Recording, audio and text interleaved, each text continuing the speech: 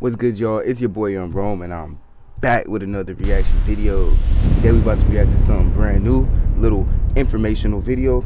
It's called "What Happens to Your Body If You Eat Once a Day, Hour by Hour." So I guess they call it, when you only eat one meal a day, it's called OMAD. Let's see what this is. Aren't starving. You are flipping a switch that most modern humans have never touched. Imagine a warehouse where delivery trucks never stop arriving. The manager is screaming, boxes are piling up, blocking the exits, and the roof is leaking because no one has time to fix it. This isn't just a metaphor. This is your body on 3 meals a day. Now, imagine what happens when you finally lock the doors and stop the trucks. So you're shutting down. Okay, but that makes sense. I've been eating one meal a day for years. I've been starting to try to eat more, but honestly, once your body gets used to it, you're just your body doesn't need to eat that much no more.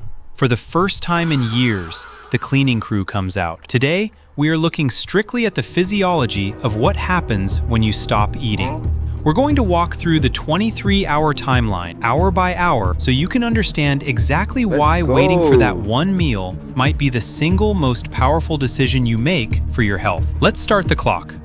First hours 0 to 4. The clock starts the moment you put down your fork from your last meal. For the first 4 hours, you are physically full. Your system is flooded with energy. Your stomach is churning, breaking down proteins into amino acids, and turning carbohydrates into glucose. This enters your bloodstream, and your pancreas responds by releasing insulin. Insulin is the key player here. You need to think of insulin as a one-way valve. When insulin is high, energy flows into your cells. It is impossible for energy to flow out. As long as insulin is circulating in your blood, your fat cells are locked vaults. You cannot burn body fat in this phase. It is biologically impossible. Makes sense why I feel full 3 to 4 hours, because I only be eating once a day. During these first 4 hours, your body is prioritizing immediate energy. It uses what is in the blood. If there is excess, and in a modern diet, there is almost always excess, insulin takes that extra sugar and packs it into the liver and muscles as something called glycogen. Think of glycogen as your wallet. It's easy cash. Accessible, but limited. You feel fine here. This is normal, but nothing special has happened yet. Hours 4 to 12. Hold up, broski. If you haven't dropped a like, dropped a subscribe, or even checked out the other videos, it's your boy Rome. I'm gonna be on this every single day, grinding, showing new informational stuff.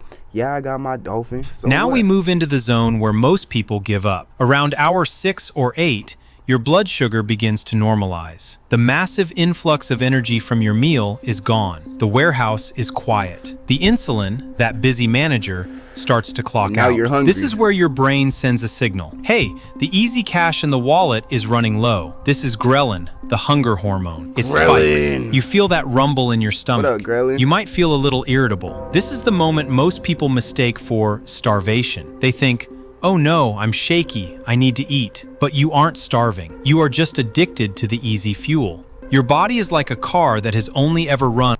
Facts. I'm about to get some easy fuel. Dang, one sound effect I don't got is a little Fortnite.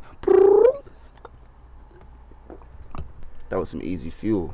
On high-octane gasoline, and now it's being asked to switch to the backup battery. It stutters. If you push through this, a fascinating shift occurs. Your liver realizes no new food is coming, so it opens up the glycogen wallet. It starts breaking down stored sugars to keep your blood glucose steady. Wow. You aren't losing muscle. You aren't dying. You are simply using the cash you saved for a rainy day. Now entering 12 hour. At this stage, your glycogen stores, that easy cash, are dropping to critical lows. Now, the body has a choice. It can shut down, or it can unlock the vault. Since you are a survival machine designed to hunt for days without food, your body unlocks the vault. Insulin drops to its lowest baseline level. This is the signal your biochemistry has been waiting for. With insulin out of the way, the enzyme hormone-sensitive lipase activates. This enzyme is the key that unlocks your fat cells. For the first time in perhaps days or weeks, your body begins to draw energy effectively from your adipose tissue. You are no longer running on the bagel you ate yesterday. You are running on you. Hour 14 to 16. That's what it means. Why? That's what people say. If you don't eat, your body starts eating itself, which makes sense. But it's literally eating the fat. Fuel change phase. Between hour 14 and 16, the feeling of the fast changes completely. The hunger pangs usually vanish. Why? Because the fuel supply is no longer fluctuating. When you rely on food, your energy is a roller coaster. When you rely on body fat, your energy is a steady, flat line. You have tens of thousands of calories of fat stored on your body right now, even if you are thin. That is a battery that can run for weeks. As your body breaks down fat, the liver converts these fatty acids into ketones. This is crucial for your brain. Your brain cannot burn fat directly. It needs glucose or ketones. And it turns out, the brain loves ketones. Ketones are a super fuel. They burn cleaner than glucose. Glucose creates a lot of metabolic smoke, So how do what we get call ketones? oxidative stress when it's burned. Ketones burn clean. They produce more energy per molecule with less waste. This is why around hour 16, people report the lift. The brain fog evaporates. Your focus sharpens. You don't feel lethargic. 16 hours without eating? You feel electric. This makes evolutionary sense. If a hungry caveman got sleepy and dumb, he wouldn't catch prey. He would die. Hunger makes us sharper. It turns us into hunters. Yeah. Hour 16 to 18. Now we arrive at the most important part of the cycle. This is the reason many researchers are obsessed with this timeline: autophagy.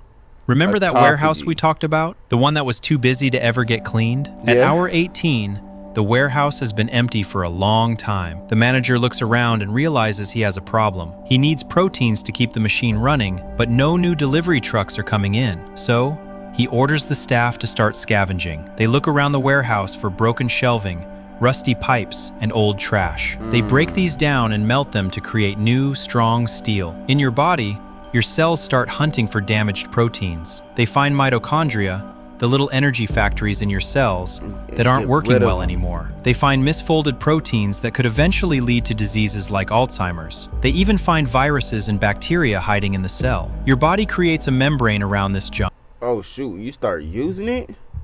dissolves it, and recycles it into brand new, pristine amino acids. okay. This is autophagy. It literally means Autophagy. self-eating. It is your body's internal recycling program. This process is the closest thing we have to the fountain of youth. It is deep cellular repair. When you eat all day, autophagy never turns on. The cleaning crew never comes to work. By fasting to hour 18 and beyond, you are allowing your body to take out the trash. You want us to go to jail just to fast? What? This is why skin starts to look better. This is why old injuries often start to feel better. You are finally clearing out the debris. Hour 20 to 22. Now the skeptics will say, but wait, if my body is eating itself, isn't it eating my muscle? Eating This is the most fear. common myth, and it is physiologically backwards. At hour 20, as you get deep into the fast, your body releases a counter-regulatory hormone to protect you. This is human growth hormone, HGH. Studies show that during fasting, HGH can spike by 1,300% to 2,000% or more. That makes sense. HGH is a muscle-sparing hormone. It acts like a force field around your lean muscle tissue. It tells the body, burn the fat, but do not touch the muscle. We need the muscle to go hunt. Your body is incredibly smart. It is not going to burn your furniture, your muscles, to heat the house when you have a shed full of firewood, your body fat, right outside. It burns the fat first. This unique combination, high HGH and low insulin, is a state you rarely find in nature outside of fasting. It creates an environment where you preserve muscle while stripping off fat rapidly.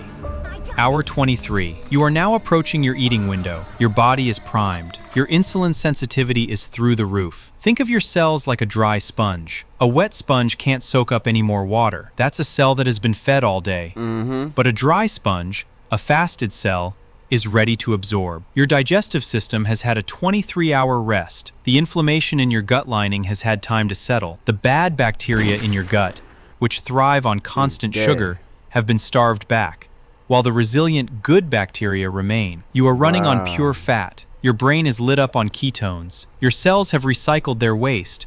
Your growth hormone is peaking. You Yeah, but 24 hours without eating though? are not weak. You are optimized. Now the clock hits hour 23. It is time to eat. This is where many people fail. Because your body is so absorbent right now, what you put in matters twice as much. You cannot treat this meal like a reward for suffering. You have to treat it like building material. If you break a 23-hour fast with a pizza and soda, you are flooding a sensitive system with garbage. You will crash hard. The massive sugar spike will cause an exaggerated insulin response, and you will end up feeling tired and bloated.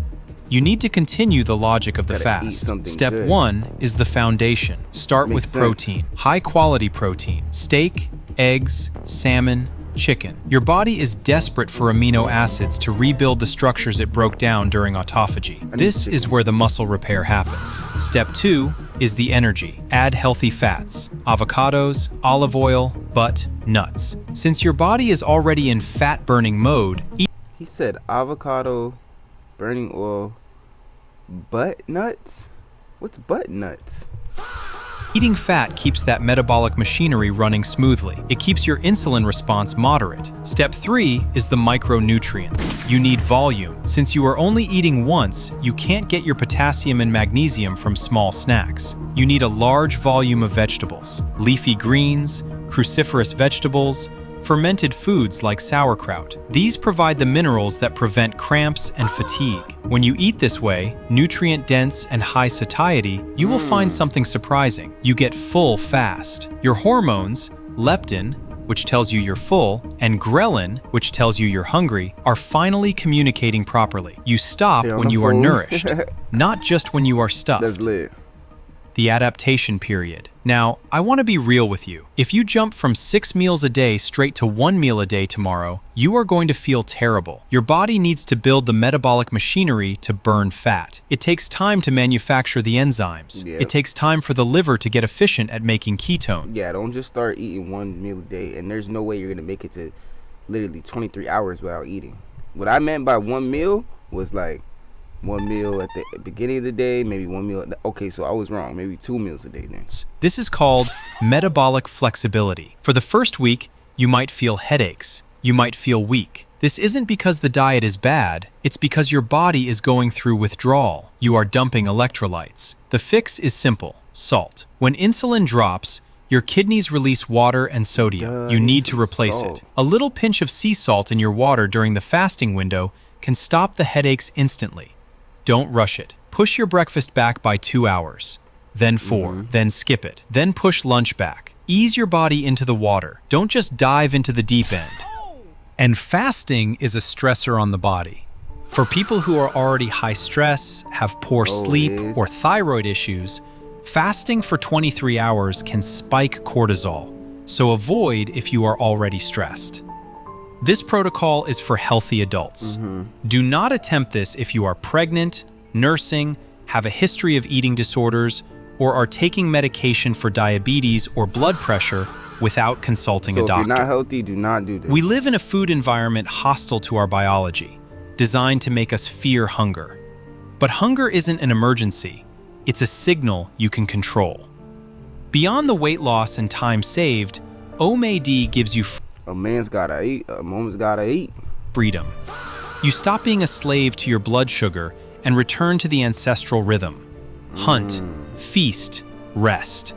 You aren't starving, you are thriving. You are finally letting your body heal. If you I don't know why he just said the hunt. We ain't about to hunt. Try this, let me know below. Did you hit the wall at hour 12? Yeah, I hit the wall at hour 12, Bursky. I ain't even gonna cap. It's your boy Young Rome. If you appreciate the quick reaction, like, subscribe. Social should be up top. And we out to the next one. Peace.